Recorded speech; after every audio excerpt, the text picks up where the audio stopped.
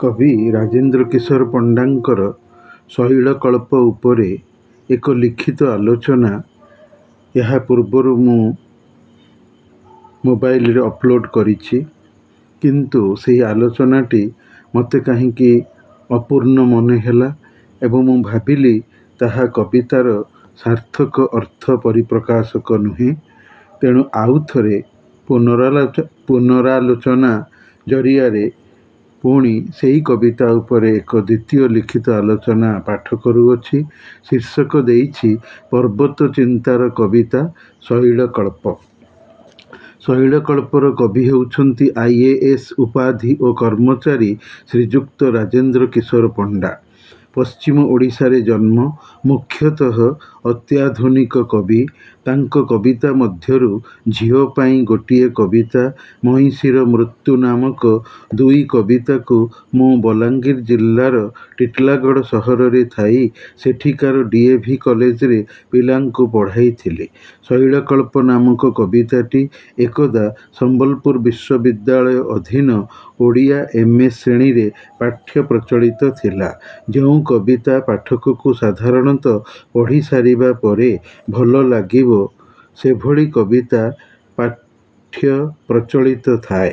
ଶୈଳକଳ୍ପ ବୌଦ୍ଧିକ ବା ଦୁର୍ବୋଧ୍ୟ କବିତା ରହିଥିଲେ ବି କବିତାଟି କିଛିଥର ମନୋଯୋଗପୂର୍ବକ ପଢ଼ିବା ପରେ ବୁଝି ହୋଇଥାଏ। ସହଜରେ ବୁଝି ହେଉନଥିବା ତଥା କବିତାର ଭାଷା, ତାହାର ପ୍ରକାଶଭଙ୍ଗୀ କୃତ୍ରିମ ଆବରଣଯୁକ୍ତ ସାଙ୍କେତିକ ଥିଲେ ସେଭଳି କବିତାକୁ ଦୁର୍ବୋଧ୍ୟ ବା କଷ୍ଟକର ବୋଧ୍ୟ କୁହାଯାଇଥାଏ। ଶୈଳକଳ୍ପ କବିତାଟି ଆକାରରେ ଦୀର୍ଘ, ଉପସ୍ଥାପନା ଗାମ୍ଭୀର୍ଯ୍ୟପୂର୍ଣ୍ଣ, ପୃଷ୍ଠଭୂମିରେ ଆଧ୍ୟାତ୍ମିକତାର ଚେତନା ପରିଦୃଷ୍ଟ ହୋଇଅଛି। କବି ବୁଲିବାକୁ ଯାଇ ପାହାଡ଼ ପର୍ବତକୁ ଦେଖିଛନ୍ତି। ସେଥିର ପରିବେଶର ନିର୍ଜନତାକୁ, ପ୍ରାକୃତିକ ଅବସ୍ଥିତିକୁ ଦେଖି ଈଶ୍ୱର ସଚେତନ ହୋଇ ପର୍ବତର ବିରାଟତା ପାଖରେ ନିଜର ମଣିଷର କ୍ଷୁଦ୍ରତାକୁ ଅନୁଭବ କରି ସଂସିତ ଶୈଳ, ଯାହାକି ପର୍ବତର ପାହାଡ଼ର ଅପର ନାମ, ତାର ପ୍ରତିଶବ୍ଦ, ସେହି ବିଷୟ ପ୍ରସଙ୍ଗରେ ଦେଖି କଳ୍ପନା କରି କବିତାଟିଏ ଲେଖି ନିଜର ଏକ କବିତା ବହିର ନାମ ମଧ୍ୟ ଶୈଳକଳ୍ପ ରଖିଛନ୍ତି। ଏହାଛଡ଼ା କବିଙ୍କର ଆଉ ସବୁ ପ୍ରକାଶିତ କବିତା ବହିର ନାମ ହେଲା ଗୌଣଦେବତା, ଶତଦ୍ରୁ ଅନେକ, ଘୁଣାକ୍ଷର, ଅନବତାର ଓ ଅନ୍ୟ ନିଜ ପାଇଁ ନାନାବାୟା, ଚଉକାଠରେ ଚିରକାଳ। 1985 ମସିହାରେ କେନ୍ଦ୍ର ସାହିତ୍ୟ ଏକାଡେମୀ ପୁରସ୍କାର ପ୍ରାପ୍ତ, 2004ରେ ସାହିତ୍ୟ ଭାରତୀ ସମ୍ମାନରେ ସମ୍ମାନିତ। ଶୈଳକଳ୍ପ ମାନେ ପର୍ବତ ଚିନ୍ତାର କବିତା, ସମ୍ବୋଧନମୂଳକ। କବି ପର୍ବତକୁ ଦେଖି ତାକୁ ଡାକିଛନ୍ତି କବିତାଟିରେ। ଏହା ଏକ ଓଡ୍ ପୋଏଟ୍ରି। କବି ପର୍ବତକୁ କହୁଛନ୍ତି, ତୁ ତଳୁ ବା ଭୂମିରୁ ଉପରକୁ ଉଠି ଏକ ନିର୍ଦ୍ଦିଷ୍ଟ ବିରାଟ ଉଚ୍ଚତା ବା ଲମ୍ବମାନତାରେ ସ୍ଥିର ହୋଇ ଯାଇଛୁ। କାରଣ ପୃଥିବୀରେ ସବୁ ପାହାଡ଼ ପର୍ବତ ଆକାର ଆକୃତିରେ ସମାନ ଉଚ୍ଚତାର ହୋଇନଥାନ୍ତି। ତୋର ବଣ ଜଙ୍ଗଲ ବା ଗଛ ବୃକ୍ଷରେ ବାସ କରୁଥିବା ପକ୍ଷୀ ବି ଗର୍ବୀ, ଯେହେତୁ ସେ ପାହାଡ଼ ପର୍ବତରେ ଭୂମିର ଉଚ୍ଚତାରେ ବାସରତ। ହେଲେ ବି ସେ ହାଲିଆ ହୋଇ ସଞ୍ଜ ସରିକି ଏଣେ ତେଣେ ଲକ୍ଷ୍ୟହୀନ ପଥରେ ବୁଲି ପୁଣି ସେହି ତାର ପାହାଡ଼ ପର୍ବତର ବସାକୁ ଫେରିଥାଏ ରାତିରେ ବିଶ୍ରାମ ନେବା ପାଇଁ। ପକ୍ଷୀର ବୁଲିବା, ଏଣେ ତେଣେ ବା ଇଆଡ଼େ ସିଆଡ଼େକୁ ଲକ୍ଷ୍ୟ କରି କବି ଫେରାର ଶବ୍ଦ ବ୍ୟବହାର କରିଛନ୍ତି। ସେହି ପାହାଡ଼ ପର୍ବତରେ ନାନା ପ୍ରକାର ପଶୁ ବି ବାସ କରିଛନ୍ତି। ଆଉ ସେମାନେ ବି ପାହାଡ଼ ପର୍ବତ ଜଙ୍ଗଲରେ ଚରି ବୁଲି ଖାଦ୍ୟ ସଂଗ୍ରହ କରି ଖାଇ ପିଇ ବିଶ୍ରାମ ନେବା ପାଇଁ ପାହାଡ଼ ଉପରୁ ଧୀରେ ଧୀରେ ତଳକୁ ଆସି ଗୁହାର ଘରେ, ସବୁଜିମା ଭରା ବାତାବରଣ ମଧ୍ୟରେ ଥିବା ଗୁମ୍ଫାରେ ପଶିଯାଆନ୍ତି। ଅନ୍ଧାରକୁ ଦେଖି ନିଜର ବସା କୋଉଠି ଅଛି ଏହା ସେମାନେ ଠିକ୍ ଜାଣିଛନ୍ତି। ପୁଣି ପର୍ବତ ଚଢ଼ାଳୀମାନେ ପର୍ବତକୁ ଚଢ଼ି ତାର ଶିଖର ବା ଶୃଙ୍ଗରେ ବିଜୟ ପତାକା ପୋତି ସାରିବା ପରେ ନିଶ୍ଚିତ ପକ୍ଷେ ତଳକୁ ହିଁ ଓହ୍ଲାନ୍ତି।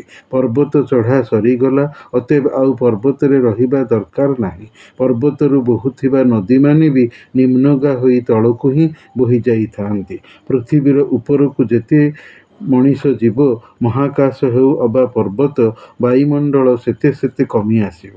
ସେ ଲାଗି ଅମ୍ଳଜାନ ବା ଅକ୍ସିଜେନ ଥଳି ଚଢ଼ାଳିଏ ମହାକାଶ ଚାରିଏ ନିଜ ସାଥିରେ ନେଇଥିବା ଦେଖି କବି କହିଛନ୍ତି ଶିଖର ପବନହୀନ।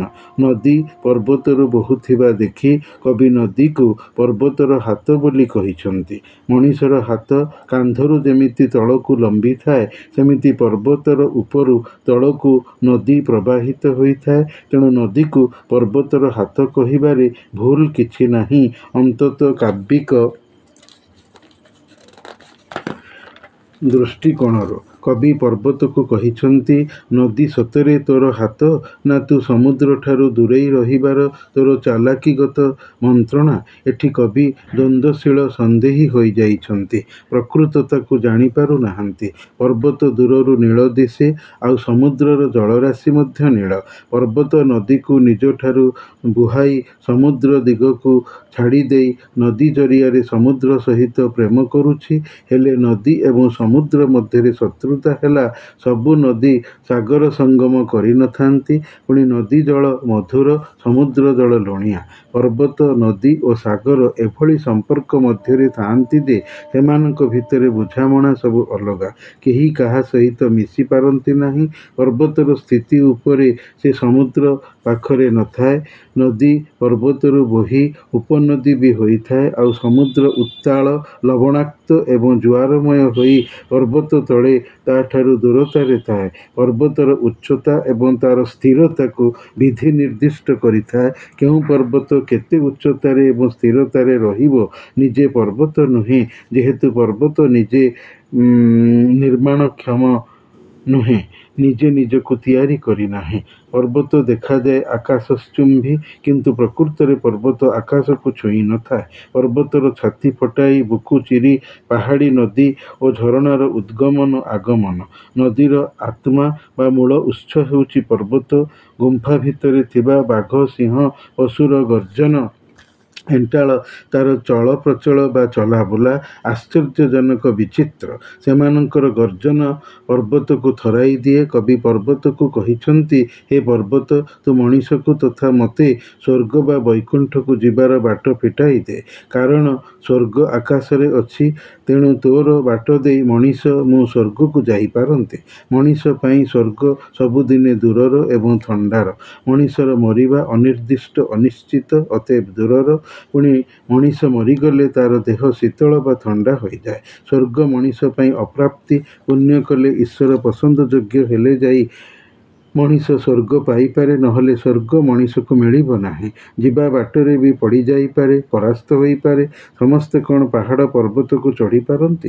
ଜମାରୁ ନୁହେଁ। ମଣିଷ ପର୍ବତ ଭଳି ବଢ଼ି ବଢ଼ି ଶେଷରେ ମରେ ଆଉ ଏକ ମହାଶୂନ୍ୟତା ଭିତରକୁ ଚାଲିଯାଏ। ସେଇଟା ହିଁ ମଣିଷ ପର୍ବତର ଶିଖର, ଶୀର୍ଷ। ପର୍ବତ ହସେନା, ସେ ସର୍ବଦା କଠିନ, କଠୋର। ଅର୍ଥାତ୍ ମଣିଷ ପର୍ବତ ଚଢ଼ୁଥିଲେ ସତର୍କ ଏବଂ ସାବଧାନ ହୋଇ ଚଢ଼ିବ। ଥଟ୍ଟା ମଜା କରି ହସାହସି ହୋଇ ଚଢ଼ିପାରିବ ନାହିଁ, ନହେଲେ ପଡ଼ି ମରିଯିବାର ଭୟ ଅଛି। ପର୍ବତ ଉଚ୍ଚରୁ ଉଚ୍ଚତର, ନିର୍ଜନ, ନିକାଞ୍ଚନ। ତେଣୁ ସେଠି ଚାରିଆଡ଼େ କେବଳ ପ୍ରତିଧ୍ୱନି ହିଁ ଅଛି। ପର୍ବତ ତା'ର ସୃଷ୍ଟିକୁ ଜଡ଼, ଜୀବ ସଭିଙ୍କୁ ଘାଣ୍ଟି ଦେଇଥାଏ ତା'ର ନିଜର ଅଚଳ ସ୍ଥାବର ସ୍ଥିରତାର ସ୍ଥିତି ମଧ୍ୟରେ। ଆଉ ଏସବୁ ପ୍ରାକୃତିକ ଜଳବାୟୁ ପରିବର୍ତ୍ତନ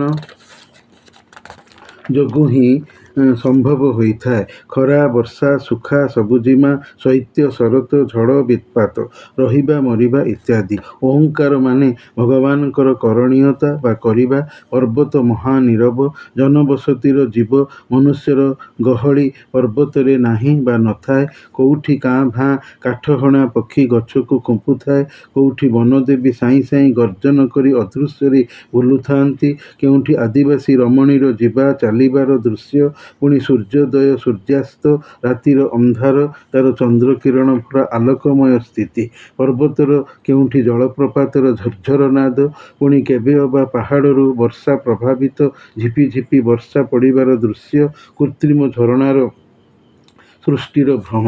ସୂର୍ଯ୍ୟର ମୁକ୍ତ ଗତିପଥରେ ପରିବେଶର ପ୍ରତିବନ୍ଧକ ଆସୁଥିବାରୁ ସୂର୍ଯ୍ୟ ଲୁଚିବାର ଭ୍ରାନ୍ତି ଦ୍ରଷ୍ଟା ଆଖିରେ ସାମୟିକ ସୃଜେ, ନହେଲେ ସୂର୍ଯ୍ୟ ଲୁପ୍ତ ନୁହେଁ। କୋଉଠି ପାହାଡ଼ ପଛପଟେ କେଉଁଠି ଗଛ ବୃକ୍ଷର ଆଢ଼ୁଆଳ, କେଉଁଠି ମେଘ ଆଗରେ ଥିବାରୁ ସେଭଳି ଜଣାଯାଏ। ମେଘ ଭିତରୁ ସୂର୍ଯ୍ୟ ସ୍ମିତହାସ୍ୟ ବା ମୁରୁକି ହସା ଦେଇଥିବାର ଭ୍ରମ ଦର୍ଶକ ଦେଖେ। ବର୍ଷା ଛାଡ଼ି ଓଦା ଆର୍ଦ୍ର ପାଣି ଖରା, ନିଆଁ ଝୁଲ ପରି ମେଘ ଖରାର ଆସକ୍ତ ଖେଳ, କେବେ ଆଲୋକିତ କେବେ ଅନ୍ଧାର, ଜଳକଣାରେ ଶହ ଶହ ଇନ୍ଦ୍ରଧନୁର ଦୃଶ୍ୟ, ପ୍ରକୃତିର ସେସବୁ ଭିନ୍ନ ଭିନ୍ନ କ୍ଷଣମାନ। ହେ ପର୍ବତ, ତୋତେ ବି ଘାଣ୍ଟେ ତୋଠି ଦୃଶ୍ୟମାନ ହୋଇଥାଏ। ଯେମିତି ପୁରାଣରେ ଦେବ ଦାନବଙ୍କର ସମୁଦ୍ର ମନ୍ଥନରେ ମନ୍ଦର ପର୍ବତ ସାମିଲ ହୋଇଥିଲା, ସେମିତି ପ୍ରକୃତିର 12 ମାସରେ 6 ଋତୁର ଖେଳ ପର୍ବତରେ ଦୃଶ୍ୟମାନ ହୋଇଥାଏ। ପର୍ବତରେ ଯାହା କିଛି ଅଛି ସ୍ଥାୟୀ ଭାବରେ, ପରନ୍ତୁ ଋତୁ ପରିବର୍ତ୍ତନ ଜନିତ କିଛି ଅସ୍ଥାୟୀ ବାତାବରଣ ବି ପର୍ବତଠାରେ ସଂଘଠିତ ହୋଇଥାଏ। ପର୍ବତ କଠିନ, ସେଥିରେ ସମୟ ଉଚିତ କିଛି ପ୍ରବାହ ଆସେ, ଯାହାକି ଅସ୍ଥାୟୀ ବା ସାମୟିକ। ପର୍ବତର ଆର୍ଦ୍ରତା ସୂର୍ଯ୍ୟକିରଣରେ ବାଷ୍ପୀଭୂତ ହୋଇଥାଏ, ଯାହାଫଳରେ ପର୍ବତର ବାତାବରଣର ସବୁକିଛି ସଫା ବା ସୁସ୍ପଷ୍ଟ ଦେଖାଯାଏ, ଟ୍ରାନ୍ସପାରେଣ୍ଟ ଭଳି। ମଣିଷ ବାୟୁମଣ୍ଡଳ ଭିତରେ ଜୀବନ ନେଇ ରହିଛି। ସେହି ବାୟୁମଣ୍ଡଳ ଭିତରେ ଥାଇ ପର୍ବତର ରୁଦ୍ର ସୁନ୍ଦର ଗମ୍ଭୀର ରହସ୍ୟମୟ ମନୋରମ ଦୃଶ୍ୟକୁ ଆଶ୍ଚର୍ଯ୍ୟ ହୋଇ ଅପଲକ ଚାହିଁ ରହିଛି। ଅଗ୍ନିଶିଖା ଭିତରେ ଯେମିତି ରଡ଼ ନିଆଁ ରହିଥାଏ, ସେମିତି ବର୍ଷା ଧୁଆ ଜାଙ୍ଗଳିକ ସୁଷମା ମଧ୍ୟରେ ତେଜୀୟାନ ସୂର୍ଯ୍ୟକିରଣ ଜଳ ସ୍ପର୍ଶରେ ଚିକ୍ ଚିକ୍ ଦିଶୁଥାଏ। ଏ ପର୍ବତ ଜୀବ ଏବଂ ଆତ୍ମାର ସମନ୍ୱିତ ମିଶ୍ରିତ, ଯେଉଁଥିରେ ମଣିଷର ଆଶା ଆନନ୍ଦ ବି ସଂସ୍ଥିତ। ପର୍ବତକୁ ଚଢ଼ିବା, ଦେଖିବା, ଉପଭୋକ୍ତ ହେବାର ସେହି ଆଶା ଏବଂ ଆନନ୍ଦ। ପର୍ବତଠି ମୃତ୍ୟୁ, ଜୀବନ ଓ ଜାଗରଣ, ସାଧନା, ତପସ୍ୟା, ପ୍ରେମ, ଭଗବାନ, ନୀରବତା ସବୁ କିଛି ଅଛି। ପକ୍ଷୀ ଖାଦ୍ୟ ଖୋଜିବାକୁ ଯାଇ ପର୍ବତରେ ଉଡ଼ି ବୁଲି ହାଲିଆ ହୋଇ ଫେରିଲେ ବି ପୁଣି ସେ ବାରମ୍ବାର ଯାଏ, କାରଣ ସେ ଜୀବ ବଞ୍ଚିବ। ତା'ର ଉଡ଼ିବାର ଉଚ୍ଚତାକୁ ସେ ଭଲ କରି ଜାଣେ। ଯେଉଁମାନେ ନିଜର ସାମର୍ଥ୍ୟକୁ ଜାଣନ୍ତି ନାହିଁ, ସେମାନଙ୍କର କାର୍ଯ୍ୟର ସଫଳତା ଶିଖରକୁ ପହଞ୍ଚିବା ସମ୍ଭବ ହୁଏ ନା। କବି ବାକ୍ୟ ହେଲା, ଉଚ୍ଚତା ଯାହାର ଜଣାଅଛି, ଅବଶ୍ୟ ପହଞ୍ଚି ହୁଏ ତା'ର ଶିଖରଠି। ବିଜୁଳି ଘଡ଼ଘଡ଼ିର ଆଲୋକରେ ପଶୁ ଯିଏକି ଗୁମ୍ଫାରେ ଥାଏ, ସେ ଚମକି କହେ, ଏଇଠି ମୁଁ ଅଛି ପରା, ଅୟମହଂ ଭୋ। ଏ ପରିଚୟ କେବଳ ନିଜ ସହିତ, କାରଣ ଆପେ ବଞ୍ଚିଲେ ବାପର ନାଁ। ଜୀବ ସର୍ବଦା ନିଜ ପାଇଁ ବଞ୍ଚେ, ମରେ ବି ନିଜେ। ସେ ଲାଗି କବି କହିଛନ୍ତି, ବୁଡ଼ି ବୁଡ଼ି ମରିଯିବା ଆଉ ଉଡ଼ି ଉଡ଼ି ଉଠିଯିବା ଉଭୟ ଭାବ ଅନୁଭୂତ ହୁଏ ଏକାବେଳକେ ଏକ ଘଟରେ। କବି ପର୍ବତକୁ ଦେଖିବା ପରେ ନିଜକୁ ବି ଏକ ପର୍ବତ ମନେ କରିଛନ୍ତି। ପର୍ବତର ଯେମିତି ଉତ୍ପତ୍ତି ଉତ୍ତରଣ ଅଛି, ମଣିଷର ସେହିଭଳି ମଧ୍ୟ ଅଛି। ପର୍ବତ ଉପରକୁ ଉଠିଥାଏ, ମଣିଷ ବି ଉନ୍ନତ ବିକଶିତ ହୁଏ। କବି ଆଧ୍ୟାତ୍ମିକବାଦୀ ହୋଇ କୃଷ୍ଣ, ଶାମ୍ବ, ଶିବ, ବଳରାମଙ୍କୁ ମନେ ପକାଇଛନ୍ତି। କୃଷ୍ଣ ଜୀବନର ପ୍ରେମର, ଶାମ୍ବ ବ୍ୟାଧିର, ଶିବଲିଙ୍ଗ ସର୍ଜନାର, ବଳରାମଙ୍କ ହଳ କୃଷି ତଥା ବଞ୍ଚିବାର ପ୍ରେରକ ହୋଇଛନ୍ତି କବି ଦୃଷ୍ଟିରେ। ପୁଣି ମଣିଷ ନିହଣ ମୁଗୁର ଧରି ସ୍ଥାପତ୍ୟର ଭାସ୍କର୍ଯ୍ୟର ଦାୟାଦ ପର୍ବତର ପଥରରେ ହୁଏ। ତୁଳି ଧରି ଚିତ୍ରଶିଳ୍ପର କଲମ, ଜ୍ଞାନ ଗାରିମାର ଖଣ୍ଡା ଯୁଦ୍ଧ, ସୁରକ୍ଷା ସଂସ୍ଥାନର ପ୍ରତୀକକୁ ଦେଖାଇଛନ୍ତି। ମଣିଷ ପର୍ବତ ସ୍ଥିର ଥିଲେ ଜୀବନକୁ ସ୍ୱର ମାଧୁର୍ଯ୍ୟମୟ କରେ, ନଥିଲେ ମଣିଷ ପର୍ବତର ଜୀବନ ବିସ୍ଫୋରଣ ବିପ୍ଳବଦାୟୀ ହୁଏ। ଯେମିତି ପର୍ବତକୁ ଫଟାଯାଏ, ତଡ଼ାଯାଏ, ମଣିଷର ଚାହିଦା ପୂର୍ତ୍ତି ହୁଏ। ପଥରରେ ନୃତ୍ୟକଳାର ଅଙ୍କନ କରାଏ, ଶିଳ୍ପୀର ମାଂସପେଶୀ, ମନ, ହୃଦୟ, ଶରୀର ଏବଂ ସଂସାର ବଞ୍ଚେ। ଫଳ ଭିତରେ ଯେମିତି ମଞ୍ଜି, ଆଉ ମଞ୍ଜି ଭିତରେ ଆହୁରି ମଞ୍ଜି, ସେମିତି ପର୍ବତମାଳା ଭଳି ମଣିଷ ପର୍ବତର ବଂଶ ବିସ୍ତାର। ପର୍ବତର ମୁକୁଟ, ତା'ର ଉପରେ ସ୍ଥିତ ମେଘମାଳା, ସିଂହଠାଣିର ଶଙ୍ଖା, ଆଉ ସେଥିରେ ମଣିଷର ପୌରୁଷ, ପ୍ରତିଜ୍ଞା, ଚଢ଼ିବି, ଆରୋହୀର ସମ୍ମାନ ପାଇବି, ସଂସାର ଆଗରେ ସତ୍ୟ କରିଛି। ମଣିଷର ଏହି ସ୍ପର୍ଦ୍ଧା ବା ଗର୍ବ ଏକାନ୍ତ ପ୍ରାଚୀନ, ତା'ର ଜନ୍ମକାଳରୁ ତା ପାଖରେ ରହି ଆସିଛି। ପର୍ବତର ଉପର ତଳ ଚଟାଣ ଆଉ ଶିଖର ସ୍ଥଳଭାଗ ବିପୁଳ। ପର୍ବତ ତଳେ ସମୁଦ୍ର ଥିବାରୁ ସମୁଦ୍ର ପର୍ବତର ଆଧେୟ, ଆଉ ପର୍ବତର ଆଧାର ସମୁଦ୍ର। ନିଆଁ ପର୍ବତ ଭିତରେ ସଞ୍ଚିତ ହୋଇ ଅଛି, ଜଙ୍ଗଲ ପୋଡ଼ିରେ, ଜୀବର ପଡ଼ିବା ଜଳିବାରେ। ପର୍ବତ ମହାଶୂନ୍ୟତାର ଏକ ଉପତ୍ୟକା, ଅଧିତ୍ୟକା। ମଣିଷ ବି ସେହି ମହାଶୂନ୍ୟତାରୁ ଆସିଛି। ପର୍ବତ ଅଭଙ୍ଗା ହୋଇ ଉତ୍ପତିତ ଏବଂ ଉଚ୍ଚ ନୀଚ ଢେଉ ଢେଉକା ଶିଖର ବା ଚୂଡ଼ା ବେଷ୍ଟିତ। ଜୀବନର ଶିଖର ଆଗକୁ ବଢ଼ିବା, ମୃତ୍ୟୁକୁ ପାଇବା, ମନରେ ଅମର ହୋଇ ରହିବା। ଶିଖର ଥିଲେ ଚଢ଼ିବା ଥାଏ, ନହେଲେ ଆଗକୁ ବଢ଼ିବା ନଥାଏ। କବି କୃଷ୍ଣଙ୍କର ଗିରି ଗୋବର୍ଦ୍ଧନକୁ କାଣି ଆଙ୍ଗୁଠିରେ ଟେକିବାର ପୁରାଣକଳ୍ପ ମିଥକୁ ଦେଇ ସୂଚେଇଛନ୍ତି। ପୃଥିବୀ ପର୍ବତକୁ ଟେକି ଧରିଛି, ସେହିଭଳି ମଣିଷ ବି ପୃଥିବୀ ଉପରେ ଅଛି, ବାସ କରୁଛି। ଗୋଟିଏ କିଶଳୟ ବା କଅଁଳିଆ ପତ୍ରଟିଏ ଭଳି ସ୍ଥିର ଅଚଞ୍ଚଳ ହୋଇ ମଣିଷର ଉଚ୍ଚତା ସବୁ ନିରୂପିତ, ସୁନିର୍ଦ୍ଦିଷ୍ଟ। ଅର୍ଥାତ୍ କେଉଁ ମଣିଷ ଆକାରରେ ବଞ୍ଚିବାରେ ରହିବାରେ କେତେ ଉପରକୁ ଉଠିବ, ତାହା ଭଗବାନ ସ୍ଥିର କରି ଭାଗ୍ୟରେ ରଖିଛନ୍ତି।